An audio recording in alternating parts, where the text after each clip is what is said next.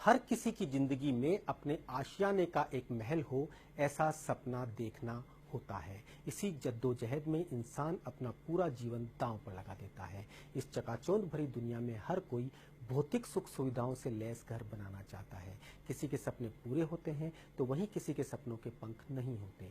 ऐसे में एक घर हो अपना का सपना अधूरा ही रह जाता है।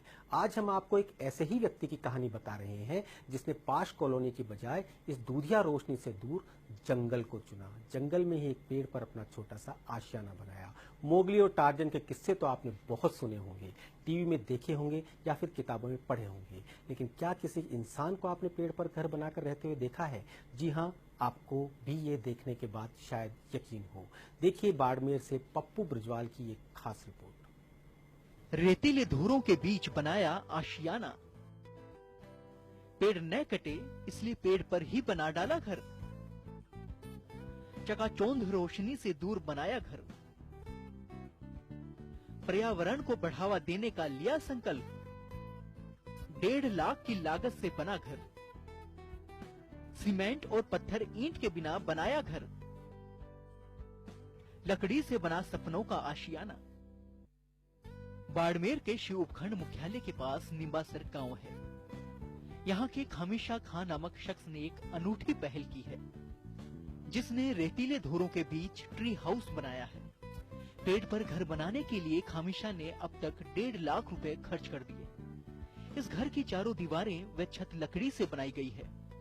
इसमें ईंट, पत्थर और चूने तथा सीमेंट का इस्तेमाल बिल्कुल भी नहीं किया गया। खामिशा ने इस आधुनिक युग के लोगों के सामने एक मिसाल पेश की है। पर्यावरण को बचाने का संकल्प लिया है। पेड़ों से लगाव और प्रेम के चलते खामिशा ने पेड़ पर ही घर बना डाला। ट्री हाउस इसलिए बनाया कि एक तो यहाँ गर्मी के लिहाज से मैंने सोचा खेजड़ी के ऊपर घर बनाएंगे तो ठंडा रहेगा और लाइट की भी आवश्यकता नहीं रहेगी। दूसरा, इसके नीचे मैं पेड़ पौधे लगा लूंगा तो वो फल फ्रूट की भी आशा उम्मीद है कि भाई फल फ्रूट भी होंगे। और दूसरा, एक डिजाइन के हिसाब से भी बेहतर है कि जमीनों के पीछे लोग भाग रहे हैं कि जमीन मेरे पास कम है इसीलिए मैं पेड़ पौधे लगा नहीं सकता। तो मेरा संदेश ये है कि एक पेड़ के ऊपर मैंने ऊपर घर बना लिया, नीचे पेड़ पौधे हम लगा सकते हैं, तो हमें कुछ ज्यादा जमीन की जरूरत नहीं है। ट्री हाउस को बनाने में लगभग 40 से 45 दिन लगे और 1.5 लाख रुपया खर्चा आया। अभी फर्नीचर वगैरह बाकी है, लेकिन अब एक स्ट्रक्चर है तैयार हो गया है तो धीरे धीरे अब मैं बना लूंगा। इस घर में एक दरवाजा और 3 खिड़कियां बनाई गई हैं। इस घर में 4 सदस्य आराम से रह सकते हैं। वहीं पेड़ पर बने इस घर तक पहुंचने के लिए लकड़ी और सीढ़ी भी बनाई गई है। घर के मुख्य द्वार व तीनों खिड़कियों के एंगल इस तरह रखे गए हैं कि रात में चांद की चांदनी और दिन में सूरज की रोशनी आसानी से आती है। इससे घर दिन और रात दोनों में रोशन रहता है।